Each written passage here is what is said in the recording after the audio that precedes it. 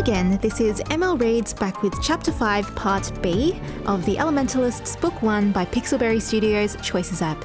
If you want to watch any of the other videos in this series, I will link that main playlist in the description. Otherwise, let's jump back in to Chapter 5, Trouble Brewing. Continue playing.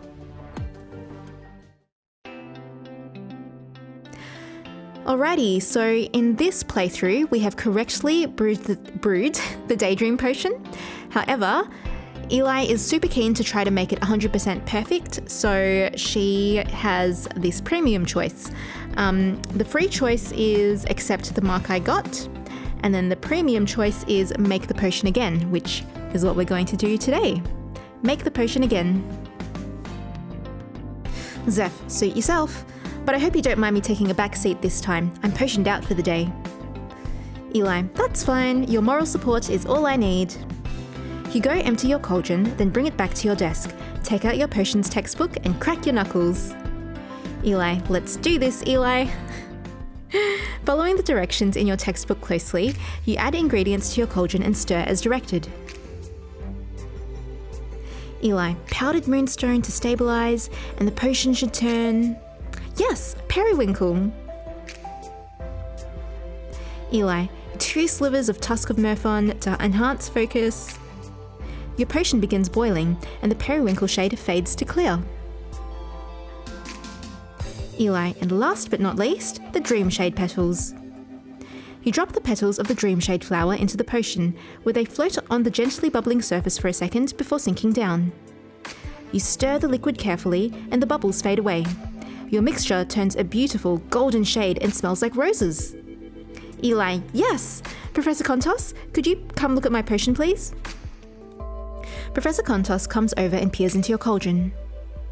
Professor Kontos, well, Eli, you've certainly outdone yourself. I'd say this is about as close to perfect as I've ever seen from one of my students. Eli, thanks, Professor. I guess I've got a knack for potion making. Professor Kontos, I'd certainly say so. Though I definitely attribute these results to your hard work as well. I think you'll thrive in this class. Extra credit, you wowed Professor Kontos with your potion brewing. I mean, he is like a much nicer and more supportive potions master than Severus Snape. Professor Kontos dismisses you with another proud nod, and you turn to grin at Zeph.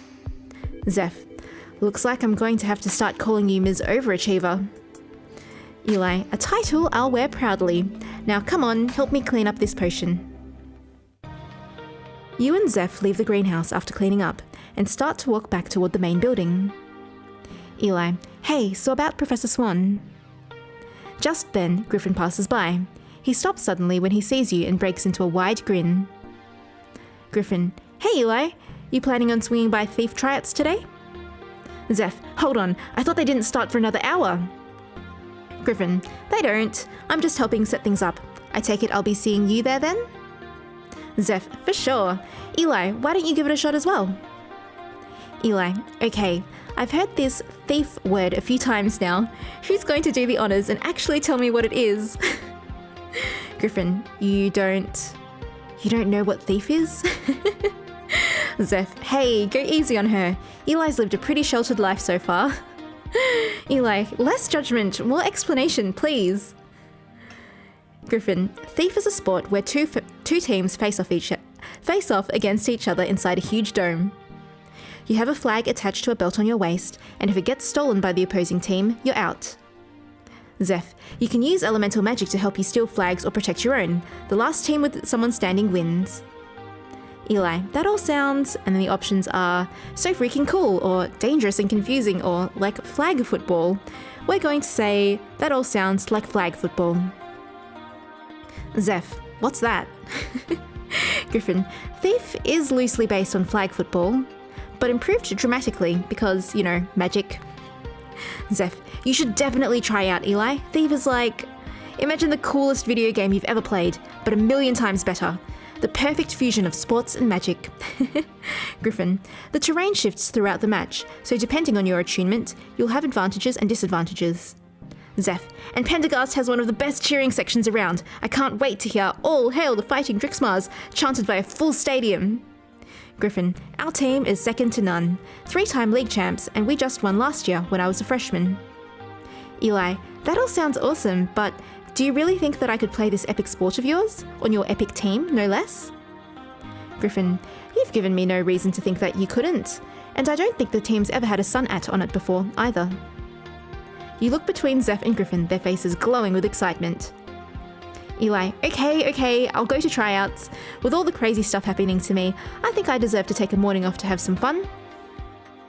Zeph, yes! Okay, I have to go get ready. I'm gonna try to fit in some last-minute practice outside the dorms. See you later, Eli Griffin. He hurries off with a wave and you turn to Griffin. Eli, there's still one big issue with me showing up to tryouts, though. I've never played Thief before. Griffin, we get a lot of people trying out who barely know the basics. It's easy to pick up, so don't worry too much. Although, I have been a starter on the team since last year. I might know a thing or two that could help you out. If you were up for a little one-on-one practice, that is. Eli, is it the practice you're after, or are you just interested in the one-on-one part? Griffin, guilty as charged. I've been looking forward to spending more time with you, and this seems like the perfect opportunity to me. Eli, I'm down, but I don't think I'll be able to do much with magic as basic as mine. Griffin, actually, familiars are allowed at tryouts since most freshmen are in the same boat as you. Plus, how you work with your familiar gives us a sense of how you handle teamwork. Butterball, aroo! Butterball appears at your heels, jumping around enthusiastically. Griffin, looks like someone's excited. I'm sure he'd love the extra playtime, and I'd love to show you how fun Thief is. And by the sound of it, fun's exactly what you and Butterball could use right now. So, what do you say? Tutorial. Hang out with Griffin and Butterball while getting some Thief pointers to help you out during tryouts. Okay, and so here we have a premium choice. And I say, so the free option is my skills should be enough. And the premium option is I'll take you up on that.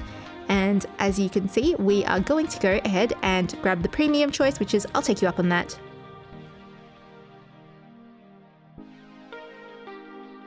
Griffin, great, then let's head to the arena. You fall into step beside Griffin as he takes you across campus toward the Thief Stadium. You arrive inside the Thief arena and marvel at the markings on the grass. Eli, I feel like I'm in the middle of some sort of ritual. What are all those designs in the corners for? Griffin, they're the wards that let the terrain change. That's also the starting zone. There's another on the opposite corner of the field. Each team begins the match in their respective zone, and once the terrain shifts, they set off looking for each other. He takes a deep breath, then lets it out with a smile.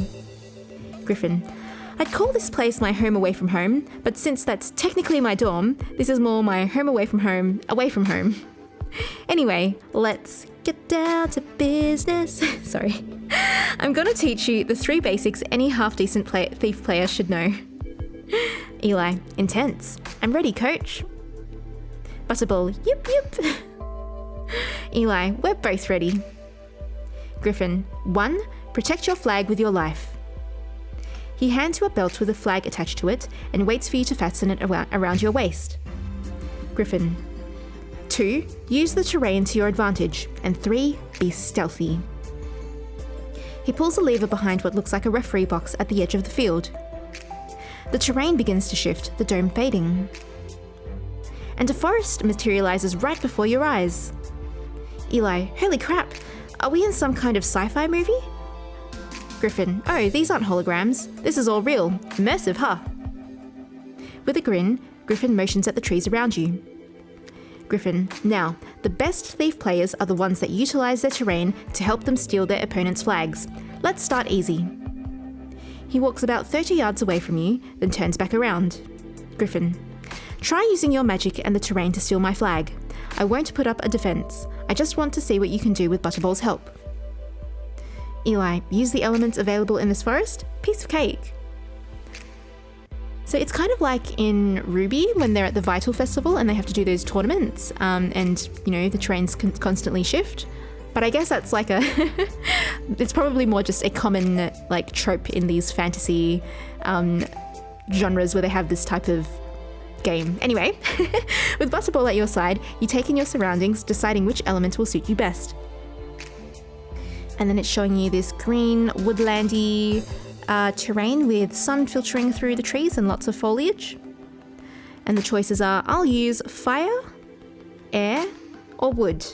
Now, I'm sure wood is a possibility, but because we're air attuned in this playthrough, I'll use air. Eli, okay, Butterball, power me up. Butterball, yep. With a wriggle of excitement, Butterball starts channeling his magical energy into you. Eli, awesome, thanks Butterball. Wind rips suddenly through the forest, rustling the trees together. A gale forms around Griffin, rendering him immobile. Griffin, holy crap! His flag detaches and sails gracefully your way as the wind dies down. The softest breeze skims over your cheeks as Griffin's flag settles into your open hand. Eli, that was almost too easy. I need you giving me a boost all the time, Butterball. Griffin, nice work thinking out of the box and going for air. It's an element that can be used in almost any terrain, but most people forget about it. The terrain shifts again, this time materializing into a pond beside you.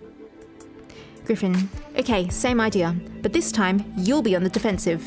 Use the elements to stop me before I get to your flag. He starts walking casually toward you, giving you plenty of time to take stock of your terrain. And then it's showing you a similar woodland as before, except this time there is an earth path going through and also a pond beside you. This time I'll go with, and the options are earth, water, and metal. I think you can use earth, but I am going to use water because of the pond. This time I'll go with water. Eli, let's do this, Butterball. Butterball, yep. A stream of water shoots out of the lake and hits Griffin in the face, startling him and obscuring his vision. He jumps out of the way, then wipes a hand down his face before chuckling. Eli, you're looking a little like a fish out of water there. Griffin, well, that was one way to do it. Nice work, Eli. Griffin returns to the referee box and pushes the lever up. The dome appears overhead, and you're back on the standard field. Eli, is practice over already?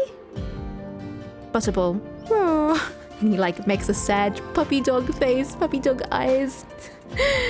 With a sook, Butterball disappears back into the other. No, come back. Griffin, while I'd like to teach you a little bit more, the captain's gonna want to get the place ready for tryouts soon.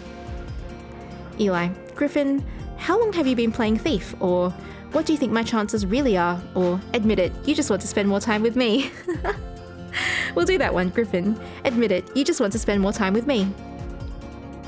Griffin laughs. Griffin, am I that obvious? Eli, very. Though I was hoping I'd get to see you show off your skills some more. Griffin, hey, I was serious about helping you out. I want you to make the team. Eli, so that you can spend even more time with me? Griffin, I get it. I'm totally 100% not subtle. A loud metal chime reverberates over the grounds from the clock tower.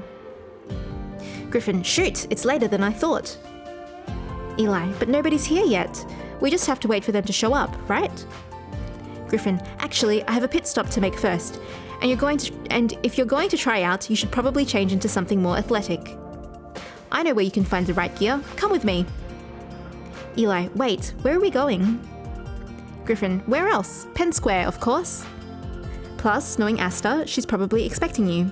I wouldn't be surprised if she already has a jersey picked out for you. Eli, I'd be surprised about all those things. Why would she? But Griffin is already setting off, so you hurry after him. You arrive at the busy streets of Penn Square. A group of children runs by, holding onto singing balloons. Fruity scented sparks fly up from a nearby booth, and teenagers fly overhead on broomsticks and a skateboard. This place is so cool. Griffin sets off at a brisk pace, politely shaking his head at a vendor trying to sell him a bouquet of flaming daisies. You have to power walk to keep up.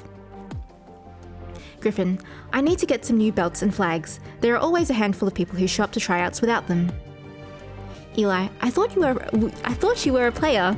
Are you the team's equipment manager too? Griffin, unofficially. I just like to keep things running smoothly for the team.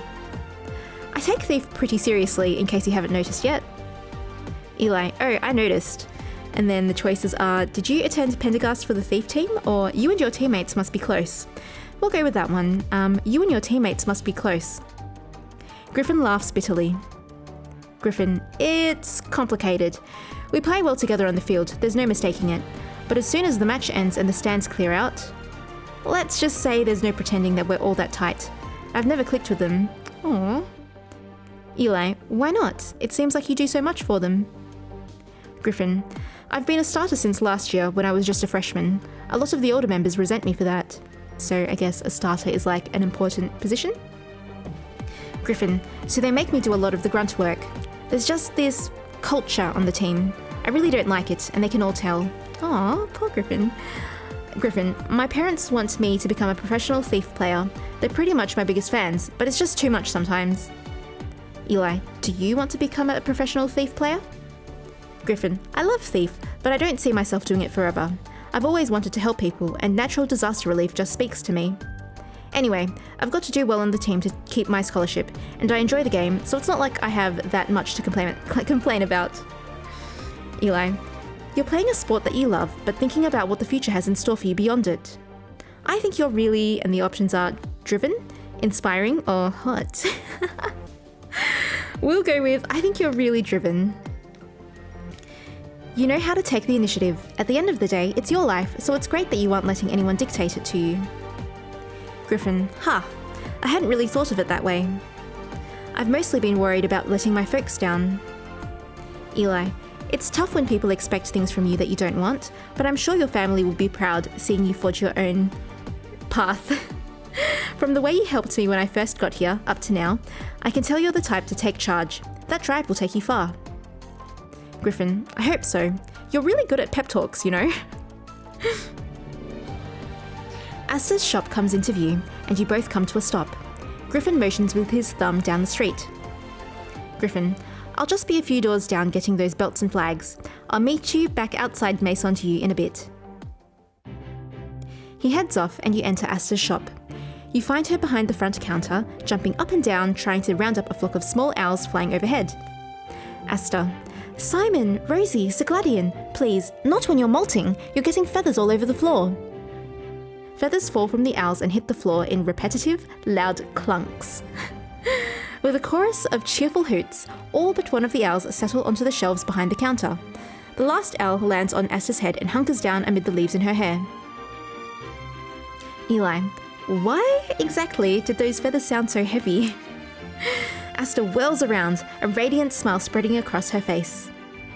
Aster, hello Eli. You came just in time to meet my new wooden owl friends. All of them but Sir Gladian are hatchlings, so they're a handful. But I know you're really here to buy your thief uniform. Eli, Aster, how did you know that? Or who's Sir Gladian? We're going to go with Aster, how did you know that? Griffin said you would, but how? Aster, I have my ways of seeing far and wide. And when I saw you coming here, I found myself standing in front of the clothing racks with a clear image in mind of exactly what you needed. Eli, right, well, you're going to have to enlighten me on that one. Aster laughs musically, then lifts an arm for Sir Gladian to shuffle onto. She sets him gently onto the shelf with the other wooden owls. Aster, follow me. I have just what you're looking for this way. Eli, Aster, do you think it's important I wear a uniform? Or actually, I wanted to see you. We're going to go with Aster, do you think it's important I wear a uniform? Aster, well, I think your friend would really like you to, because he's quite excited to have you try out. And as far as I've gathered, all the other Pendergast players have one. Having a matching uniform is seen as a show of commitment to the team. Eli, but I'm still just trying to make the team. The commitment can come afterwards, right? Aster, it's never too early to start. Think of this as me collaborating with you, so that you can make the very best first impression. She's nice. Eli, that's very nice. That's really nice of you, but aren't we basically strangers? Aster, are we strangers if we know each other's names?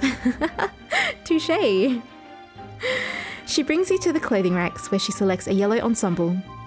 Aster, this should do the trick.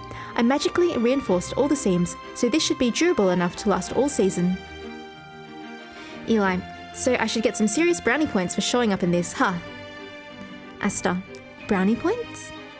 If you mean the captain will regard me quite highly and also be enthused that I'm the first sun-attuned trying out in recent history, then yes, you will get the brownie points. She's cute.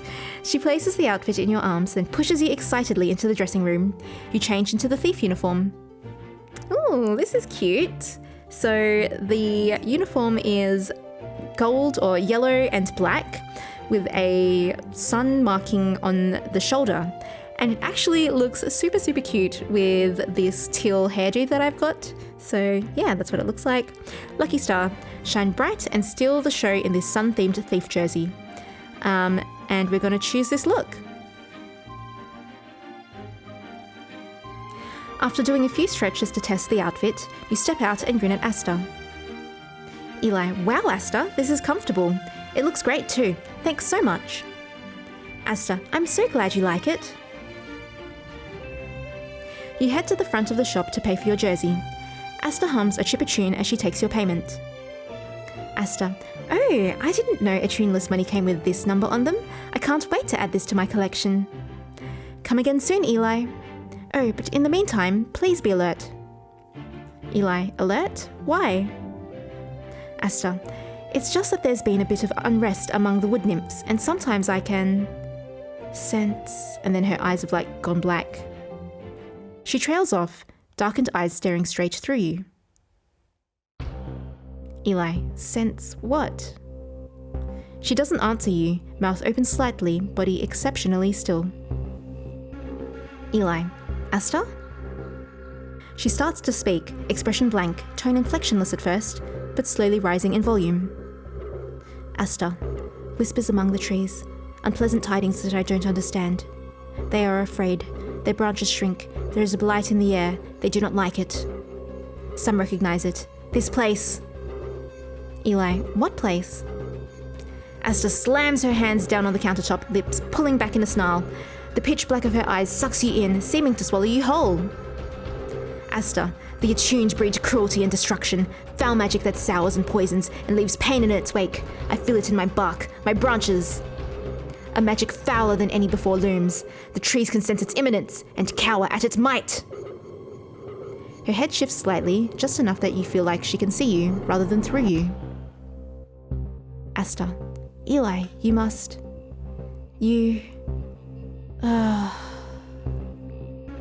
She shudders, then slumps over the counter. Her words ring in your ears, rooting you to the spot as she lays motionless. Oh no! Aster! What happened to Aster? And that concludes Chapter 5. What is going on? What is happening? Thank you all so much for watching, and I really hope that you're enjoying this so far. And also, wow, I can't believe that this is my 10th episode already. I find it absolutely hilarious that this series is taking me literally twice as long to record than what I initially thought. When I first started recording, I was like, oh, it'll be one chapter per video. So at the end, I'll have 19, maybe 20 odd episodes. No.